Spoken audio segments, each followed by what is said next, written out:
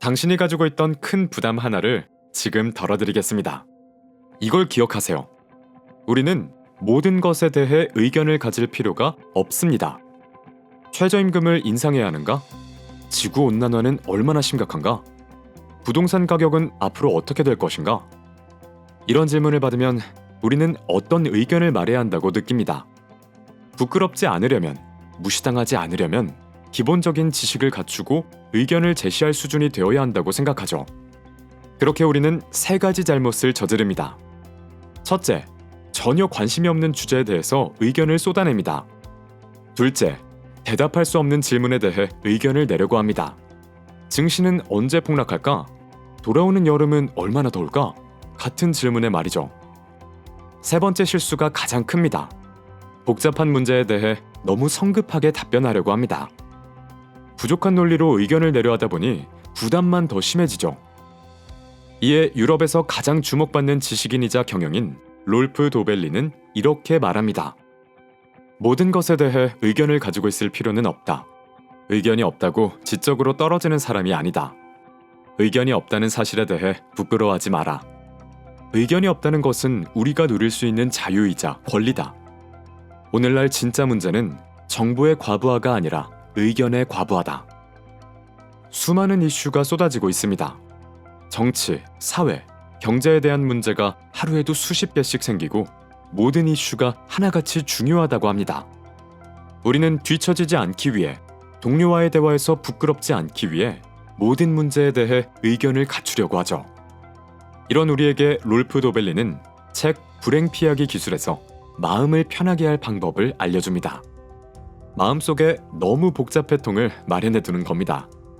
그리고는 관심이 없거나 대답할 수 없거나 대답하는데 굳이 시간과 노력을 기울이고 싶지 않은 문제를 모두 그 통에 집어넣는 겁니다. 우리는 모든 것에 대해 의견을 가질 만큼 충분히 알 수 없습니다. 내가 중요하다고 생각하는 몇몇 분야, 몇몇 이슈에 대해 깊이 파고들 수 있죠. 롤프 도벨리는 이어서 말합니다. 자신이 의견을 개진할 주제를 의식적으로 선택하라. 트위터, 블로거가 당신이 생각할 주제를 제시하게 하지 마라. 당신이 진심으로 관심을 가져야 하겠다는 주제를 선택하고 나머지는 모두 너무 복잡해 통으로 보내버려라. 세상은 당신의 코멘트 없이도 잘 돌아갈 것이다. 책 읽는 게 직업인 저도 모르는 주제가 너무나 많습니다. 그래서 제가 책그림인 걸 아는 사람을 만날 때면 두려울 때가 있었습니다. 제가 모르는 사회 이슈에 대한 의견을 물어볼까 봐요. 지금은 모르는 걸 편하게 모른다고 말하고 있습니다.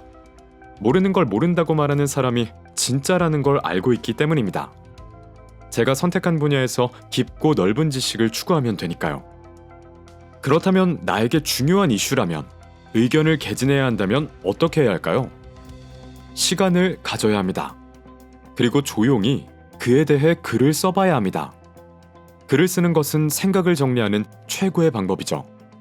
모호한 생각도 그것을 문장으로 표현하다 보면 분명해지죠. 외부의 견해도 구해야 합니다. 반대 의견도 들어야 하죠. 그렇게 나만의 의견을 구한 다음 이제 내 의견을 반박하고 무력화시켜 봐야 합니다.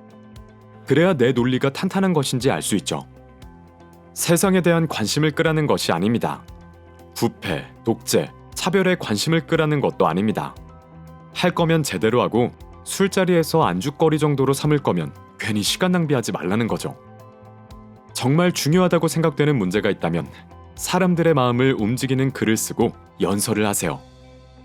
그 문제에 목소리를 내고 있는 곳에, 그 문제를 해결하고 있는 곳에 금전적으로 지원을 하세요. 변화를 만들어내려면 정말 중요한 것에 집중해야 합니다. 모든 것에 의견을 가져야 할 필요가 없다는 생각은 우리에게 해방감을 줄 것입니다. 책 불행 피하기 기술을 통해 마음을 편하게 할 방법 하나를 배워보았는데요. 여기 괜찮은 기술 하나가 더 있습니다. 부정적인 감정들을 날아가게 하는 법입니다. 우리는 감정에 지나치게 휘둘리고 있습니다. 지금 네가 느끼는 게 가장 중요해라며 감정이 가장 중요하다는 메시지를 받아왔기 때문이죠. 하지만 감정은 그렇게 절대적인 게 아닙니다. 왔다가 금세 사라지고 필요하면 내가 조절할 수 있는 게 감정이죠. 그리스 철학자들은 부정적인 감정을 멀리하는 능력을 아타락시아라고 불렀습니다. 영혼의 평화, 정서적 고욕, 평정을 의미하죠. 저자는 아타락시아를 가져오기 위해 다음과 같은 방법을 사용합니다. 감정과 거리를 둬보라. 나는 감정을 내 것이 아닌 것처럼 대하려 한다. 어디에선가 나를 찾아왔다가 다시 사라지는 것들로 말이다. 구체적으로 비유하자면 나는 종종 그것을 시장통에서 각종 새들이 날아다니는 것으로 상상한다. 여러 새들이 날개를 푸드덕거리며 왔다 갔다 한다. 어떤 새들은 오래 머무르기도 한다. 하지만 결국 모두 날아가 버린다. 내가 좋아하는 새들도 있고 덜 좋아하는 새들도 있다. 시장 이미지를 상상한 후부터 감정들은 더 이상 나를 차지하지 못한다. 또한 내가 감정의 주인이라는 느낌도 들지 않는다. 어떤 감정은 별로 달갑진 않지만 그렇다고 아주 방해가 되진 않는다. 시장통의 새들처럼 말이다. 나는 그것들을 거리를 두고 관찰한다. 이렇게 하면 좋은 게 하나 있다. 장난스럽게 감정을 대할 수 있다는 점이다. 시기심은 짹짹거리는 작은 초록 참새로 생각한다. 긴장과 초조는 나무를 쪼는 딱따구리로, 분노는 사나운 매로, 두려움은 날개를 푸드덕거리는 집바귀로 상상하는 것이다. 부정적인 감정을 의지로 억누르려고 하면 되려 강해지거나 마음이 못 견디는 문제가 생깁니다. 반면 편안하고 가볍게 감정을 대하면 어느 정도 나만의 안정을 찾을 수 있죠. 감정을 나를 찾아왔다가 다시 사라지는 것으로 생각해보세요. 우리는 모든 것에 의견을 가져야 한다고 생각하고 내 감정이 절대적인 것이라 생각하며 한 번씩 주도권을 빼앗깁니다.